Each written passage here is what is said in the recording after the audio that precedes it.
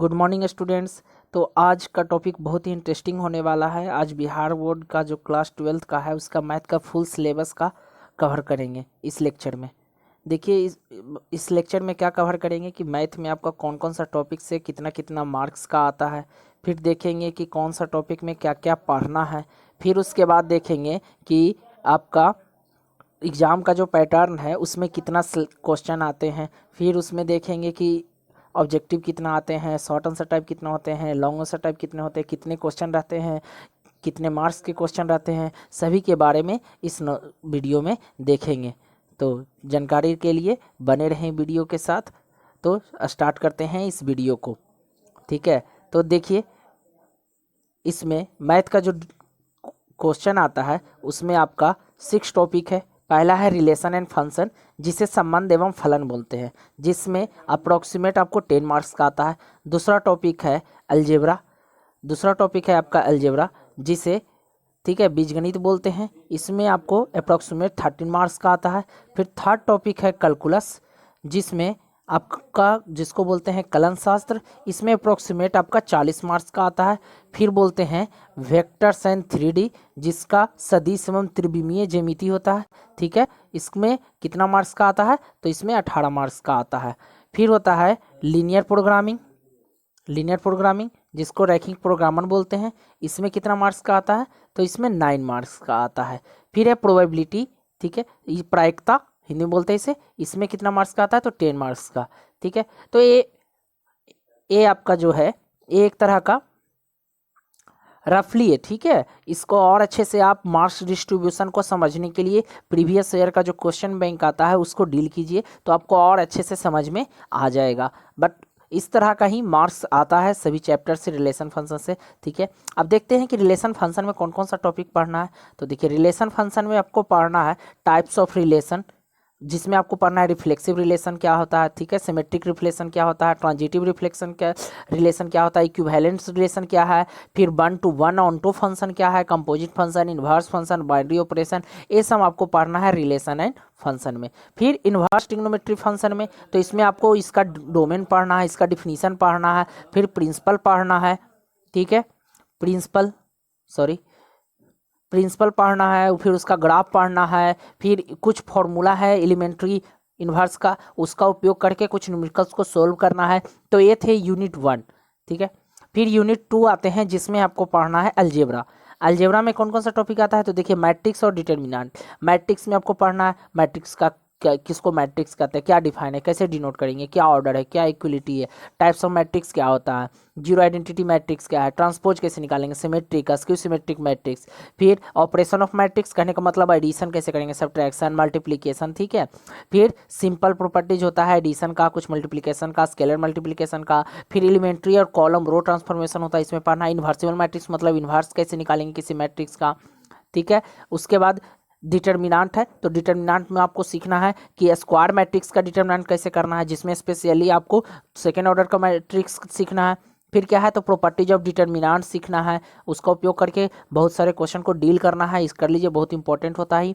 फिर माइनर्स है, फिर कोफैक्टर्स है, फिर एरिया ऑफ ट्रायंगल आता है, फिर एडजॉइंट इन्वर्स होता है, किसी भी कोई भी स्क्वायर मैट्रिक्स है, वर्ग का व्यू है, तो उसका एडजॉइंट कैसे निकालेगा, इन्वर्स कैसे निकालेगा, ठीक है।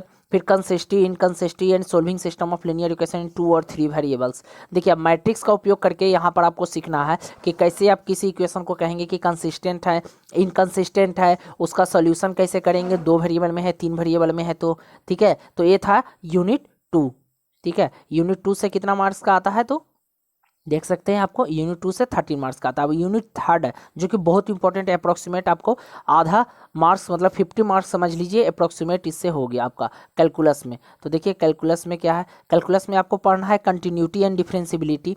तो कंटिन्यूटी एंड डिफरेंशियबिलिटी क्या है, तो ठीक है इसके बारे में देखेंगे। फिर कंपोजिट फंक्शन का डेरिवेशन देखेंगे कि कैसे उसका डेरिवेटिव निकालते हैं। फिर चेन रूल देखेंगे, इन्वर्स ट्रिग्नोमेट्री फंक्शन क्या है उसका कैसे हम लोग डिफरेंशिएशन करेंगे, फिर इम्प्लिसिट फंक्शन का, फिर लॉगरिथमिक का, फिर एक्सपोनेंशियल का। फिर उसी तरह आता है डेरिवेटिव ऑफ पैरामीट्रिक फंक्शन, कोई अगर पैरामीट्रिक फंक्शन है तो उसका डेरिवेटिव कैसे निकालेंगे। फिर उसके बाद ये जो डेरिवेटिव सीखेंगे फर्स्ट ऑर्डर का, ठीक है। उसके बाद है सेकेंड ऑर्डर डेरिवेटिव, फिर इसमें कुछ इसका एप्लीकेशन है Rolle's theorem, Lagrange theorem, mean value theorem, और उसका जो हमारा ठीक है, उसका जो ज्योमेट्रिकल इंटरप्रिटेशन मतलब उसको जो जब हम ग्राफीय अध्ययन करेंगे तो किस तरह से रोज थ्योरम और एलएमबीटी का अध्ययन किस तरह से करेंगे। ठीक है, उसके बाद इसमें आता है एप्लीकेशन ऑफ डेरिवेटिव, तो इसमें आपको आता है रेट चेंज कैसे होगा, फिर इंक्रीजिंग डिक्रीजिंग फंक्शन कैसे इंक्रीज कर रहा है कैसे डिक्रीज कर रहा है, फिर टेंजेंट्स नॉर्मल, फिर मैक्सिमम मिनिमा, फिर अप्रोक्सीमेशन डेरिवेटिव की मदद से अप्रोक्सीमेट भी करते हैं हम लोग। ठीक है, तो ये आपका हो गया कैलकुलस में 1 2। फिर इसमें और आते हैं, फिर इसमें आते हैं इंटीग्रेशन। ठीक है, इंटीग्रल जिसको बोलते हैं, तो इंटीग्रेशन क्या होता है, डिफरेंशिएशन का इन्वर्स प्रोसेस होता है। फिर इसमें पढ़ेंगे कि इंटीग्रेशन कुछ डिफरेंट फंक्शन का, जिसमें सब्स्टिट्यूशन मेथड पढ़ेंगे। ठीक है, उसके बाद पढ़ेंगे कुछ ट्रिग्नोमेट्रिक इक्वेशन फार्मूला का उपयोग करके पढ़ेंगे, फिर पार्शियल फ्रैक्शन से पढ़ेंगे, फिर पार्ट्स से पढ़ेंगे, बाई पार्ट्स रूल बोलते हैं उसको। फिर उसके बाद उस पर बहुत सारे क्वेश्चन को डल करेंगे। फिर ये कुछ दिया हुआ है आपका, जैसे कि यहाँ दिया हुआ है integration dx/x² plus minus a², ये जो फॉर्म दिया हुआ है ये बहुत ही इंपॉर्टेंट है, इसका डायरेक्ट आपको एग्जाम में क्वेश्चन पूछ देते हैं। ठीक है, इसका जो फॉर्मूला होता है, इसका कुछ फॉर्मूला भी होता है। ठीक है, इस जो ऑब्जेक्टिव में पूछते हैं तो बहुत ही इंपॉर्टेंट है ये जो फॉर्म दिया हुआ है, इस फॉर्म पे अच्छे से प्रैक्टिस कर लेंगे। फिर उसके बाद है डिफिनिट इंटीग्रेशन। फिर क्या है डिफिनिट इंटीग्रेशन, जिसमें कराया जाए लिमिट ऑफ सब, फंडामेंटल थ्योरम कैलकुलस। ठीक है, इसमें एक सेकेंड, फिर क्या है एप्लीकेशन ऑफ इंटीग्रेशन है, उसमें हम क्या देखेंगे, तो एरिया अंडर कर्व देखेंगे कि लाइंस का, सर्किल का, पैराबोला का, एलिप्स का, ईटीसी और भी सारे के कर्व का देखेंगे एरिया कैसे हम लोग निकालेंगे इंटीग्रेशन का हेल्प से।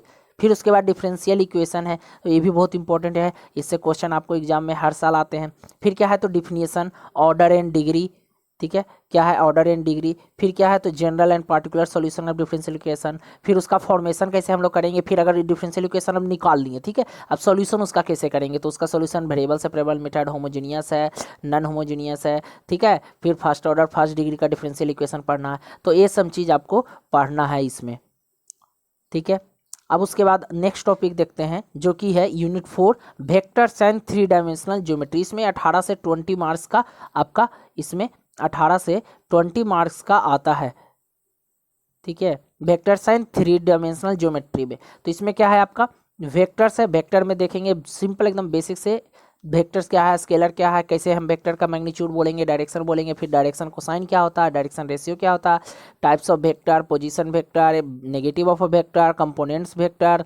ठीक है, एडिशन, दो वेक्टर का एडिशन कैसे करेंगे, मल्टीप्लिकेशन कैसे का स्केलर से करते हैं, फिर पोजीशन वेक्टर का, फिर सम ज्योमेट्रिकल डिफिनीशन होता है वो देखेंगे, स्केलर प्रोडक्ट देखेंगे, डॉट प्रोडक्ट देखेंगे, फिर स्केलर ट्रिपल प्रोडक्ट देखेंगे। तो ये सब चीज़ आपको यहाँ पर पढ़ना है। फिर क्या है तो थ्री डायमेंशनल ज्योमेट्री है, तो 3 डायमेंशनल ज्योमेट्री है, इसमें आपका क्या है तो देखिए इससे भी बहुत इंपॉर्टेंट है, इससे लॉन्ग में क्वेश्चन पूछता है।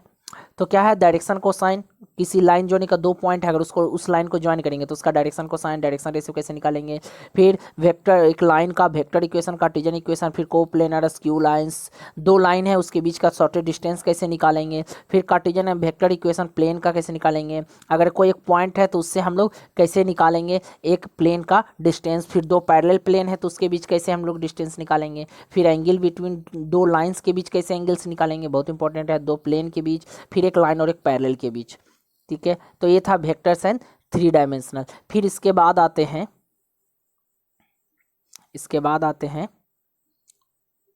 Linear programming. ठीक है, रैखिक प्रोग्रामिंग। ठीक है, लीनियर प्रोग्रामिंग ये बहुत ही आसान टॉपिक है, लेकिन इसमें आपको हर साल 5 मार्क्स का हर साल आपको क्वेश्चन इससे आता है। ठीक है, इससे 5 मार्क्स का हमेशा क्वेश्चन आता है। इसमें करना क्या है बहुत ही आसान है, इसमें कुछ टर्म है जैसे कि कांस्टेंट क्या होता है, ऑब्जेक्टिव फंक्शन क्या होता है, फिर लीनियर प्रोग्रामिंग से रिलेटेड कुछ प्रॉब्लम है। अब प्रॉब्लम कैसा होता है तो फूड से रिलेटेड होता है, मैन्युफैक्चरिंग से रिलेटेड होता है, इसका ग्राफ ये है।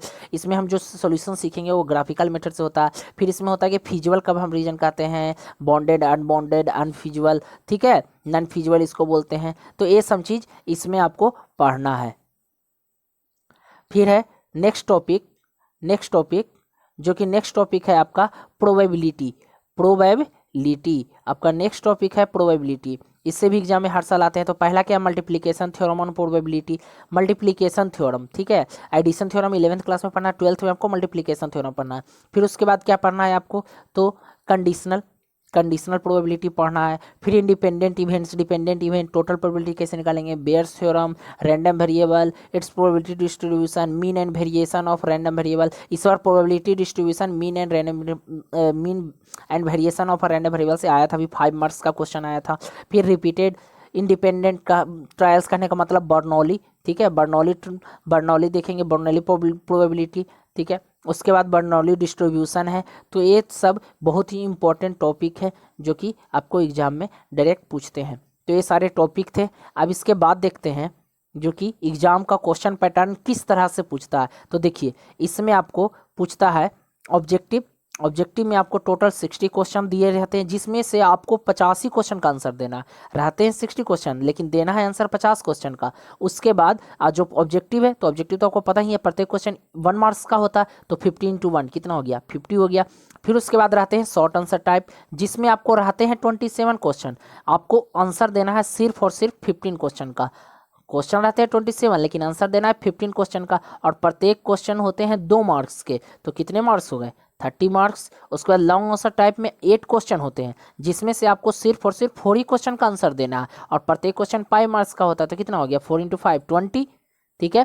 तो ये हो गया 50, यह हो गया 20। तो 50 और 20 कितना हो गया, 70। 50 और 20, 70 और 30 कितना हो गया, 100। तो टोटल 100 मार्क्स का क्वेश्चन बनाने के लिए रहता है, ठीक है। ऑब्जेक्टिव में रहते हैं 60 क्वेश्चन, लेकिन आपको देना है 50 क्वेश्चन की आंसर। ऐसा मत कीजिएगा कि 60 क्वेश्चन का आंसर दे दीजिएगा। इसमें क्या है, वो शुरू से 50 क्वेश्चन को काउंट करेगा। तो हमेशा ध्यान रखेंगे, 60 क्वेश्चन में से आपको 50 क्वेश्चन का ही आंसर देना है, उससे ज़्यादा का आंसर मत दीजिएगा। फिर उसी तरह शॉर्ट आंसर टाइप में आपको 27 क्वेश्चन में 15 क्वेश्चन का ही आंसर देना है। नहीं तो आप अगर ज़्यादा दे दीजिएगा तो शुरू से 15 क्वेश्चन काउंट करेगा, उसके बाद बाकी क्वेश्चन का आंसर आपको चेक नहीं करेगा। उसी तरह लॉन्ग आंसर टाइप में 8 क्वेश्चन है, तो आपको सिर्फ और सिर्फ 4 ही क्वेश्चन का आंसर देना है। आई होप आपको जितना भी मैथ से रिलेटेड क्वेश्चन होगा, जो भी प्रॉब्लम होगा आपको कि किस तरह से एग्जाम में पैटर्न में क्या क्वेश्चन आता है, क्या नहीं आता है, आपको सब कुछ क्लियर हो गया होगा इस लेक्चर से, ठीक है। अभी इस सीरीज चलेगा, इसके बाद फिजिक्स के बारे में बताएंगे, फिर केमिस्ट्री के बारे में बताएंगे। तो चैनल को सब्सक्राइब कर दीजिए, इस वीडियो को लाइक करें, शेयर करें और कमेंट करना ना भूलें। Thanks for watching.